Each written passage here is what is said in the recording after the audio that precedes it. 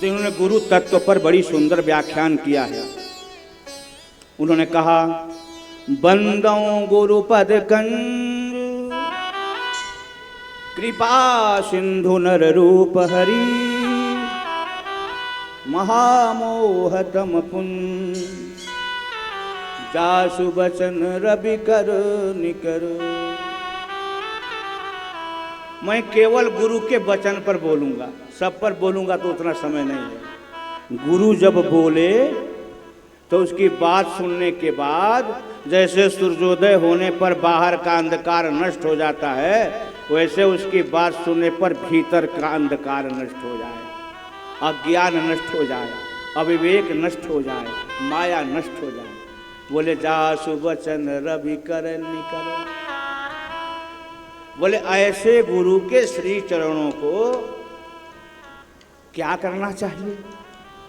बोले श्री चरणों को छोड़ो भैया, श्री चरणों को तो छूने का हम में दम नहीं है। बोले बंदौ गुरु पद पदुम परागा सुरुचि सुवास सरस अनुराग।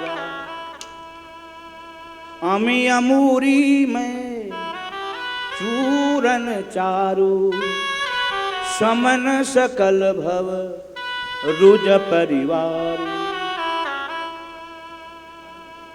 गुरु के श्री चरणों का जो रज है, उस रज को लेकर के अपनी आंख में लगाऊंगा। आईना जब गंदा हो जाता है तो आईने को साफ करने के लिए धूली अथवा राख का प्रयोग किया जाता था, रगड़ा जाता था, फिर सूखे कपड़े से पोंछ देने पर आईने में चमक आ जाती थी। गुरु के श्री चरणों के रज को लेकर के यदि आप अपने नेत्र में लगाएं, अपने भाल में लगाएं, तो मेटत कठिन कुअंक भाल के। तो ब्रह्मा जी ने जो लिखा है आपके विपरीत वो भी मिट जाता है। बोले नेत्र जो है पवित्र हो जाते हैं। उघर ही विमल बिलोचन ही। उसे जब हम पान करते हैं तो हृदय का जो नेत्र है, ज्ञान और वैराग्य, वो दोनों उदित हो जाते हैं, खुल जाते हैं। और ज्ञान और वैराग्य के हृदय में उदित होते हैं, नेत्र खुलते हैं। क्या होता है? मिटहि दोष दुख भव रजनी के। भव सागर का जो दोष है, जो दुख है, वो मिट जाता है। देखिए हम लोगों के पास 4 नेत्र हैं।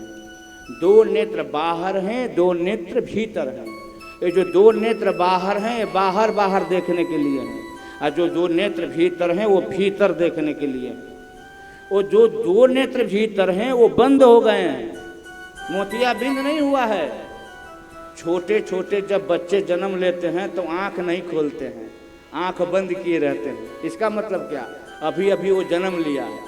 तो ये बचवारे ज्ञान और वैराग्य जन्मे के लिए है, तब से आज तक जन्मे लिए हैं।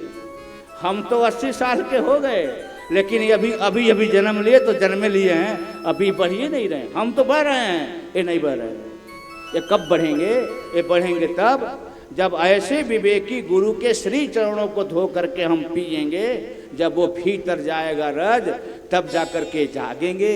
जब ज्ञान वैराग्य जाग जाएंगे, तब पता चल जाएगा कि संसार की वास्तविकता क्या है। और जब तक संसार की वास्तविकता की जानकारी हमें नहीं होगी, तब तक भव सागर से हम पार नहीं हो पाएंगे। गोस्वामी जी ने कहा,